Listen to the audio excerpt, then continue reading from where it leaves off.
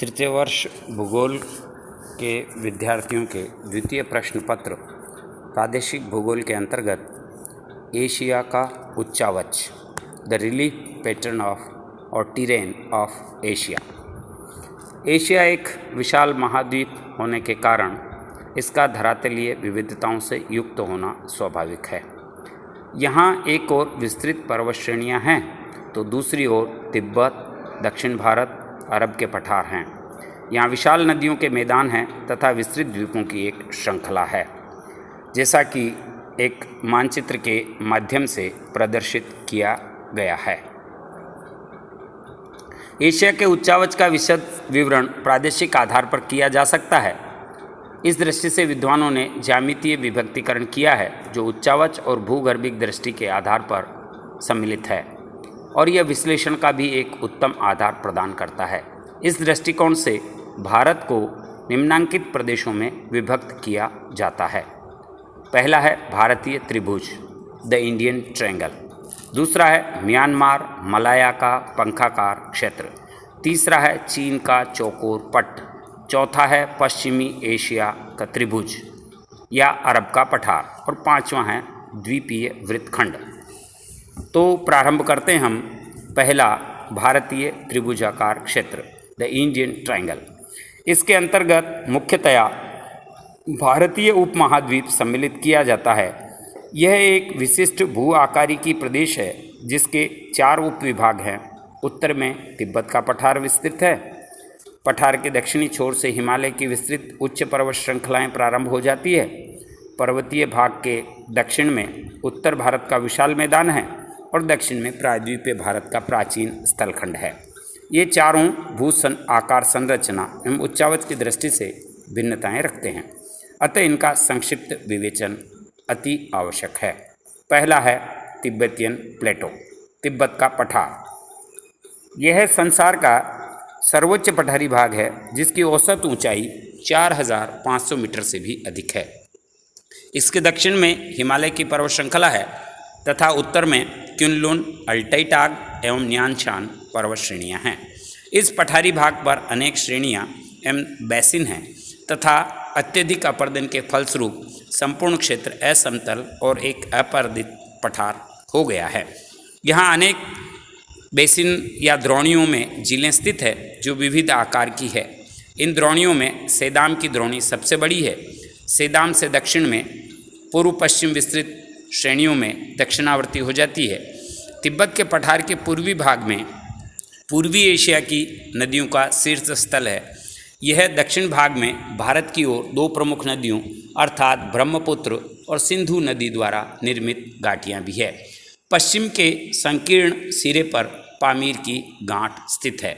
इस प्रकार यह तिब्बत का पठार एक विशिष्ट भू आकृतिक और उच्चावच की दृष्टि से महत्वपूर्ण क्षेत्र है।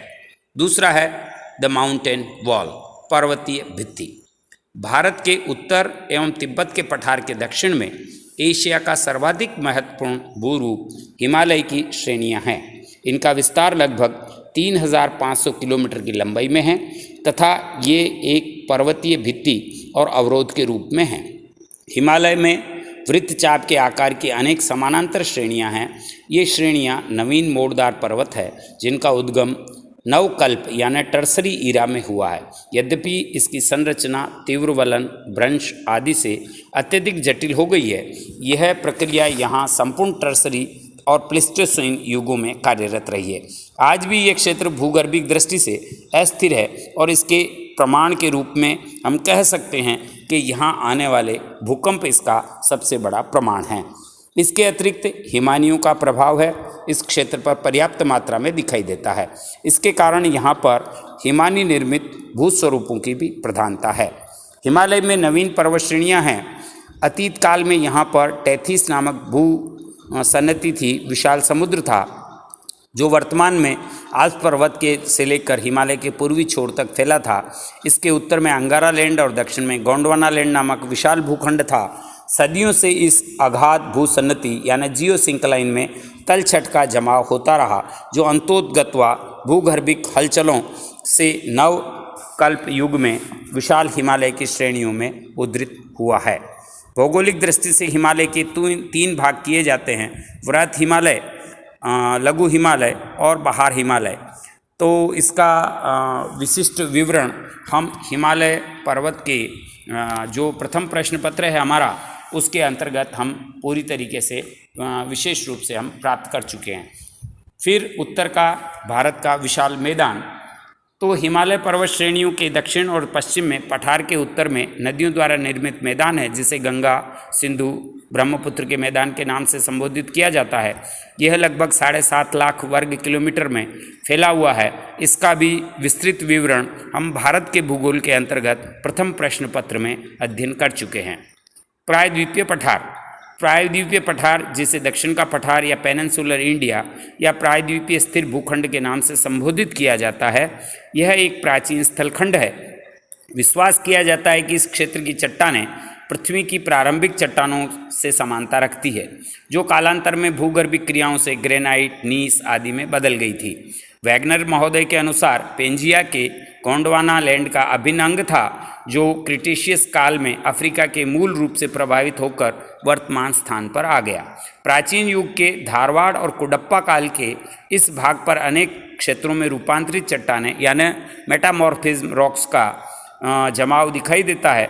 इसके बाद लंबे समय तक अनावरण की और अपक्षय की शक्तियों इस क्षेत्र में कार्यरत रही। इसी से विंध्यन क्रम का प्रारंभ हुआ और अरावली के पूर्व में वलन बने और विशाल सीमावर्ती ब्रंशन यानी ग्रेट बाउंड्री फॉल पैदा हुआ। अरावली और विंध्याचल के मध्य में इस क्षेत्र में विस्तृत भूभाग में हिमालय विस्तृत भाग में ज्वालामुखी लावा का जमाव है, जो क्रिटेशियस काल में हुई शांत ज्वालामुखी क्रियाओं का ही यह परिणाम है। प्रायद्वीपीय भारत अनेक पठारी भागों में विभक्त है, जिसमें छोटा नागपुर का पठार, मालवा का पठार, दक्षिण का पठार महत्वपूर्ण हैं।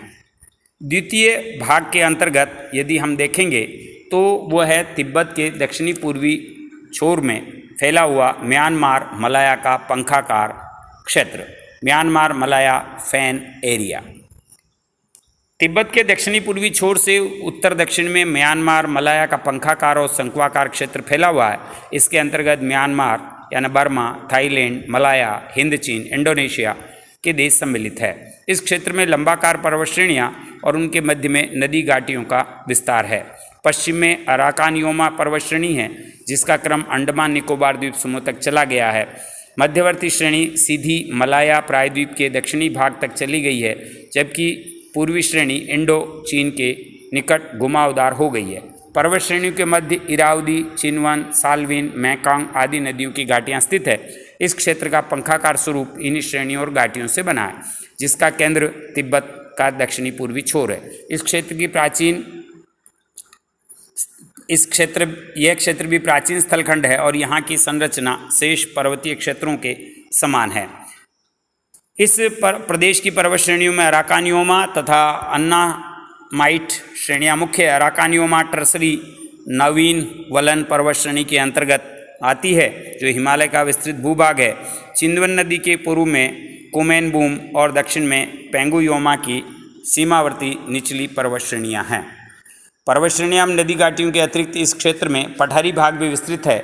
शान का पठार साल्विन और इरावदी नदियों के मध्य में फैला हुआ है। इसी तरह से यहाँ पर परतदार चट्टानें जो परिवर्तित हो गई है, स्थान स्थान पर वलन और भ्रंशन की क्रियाएं दिखाई देती है।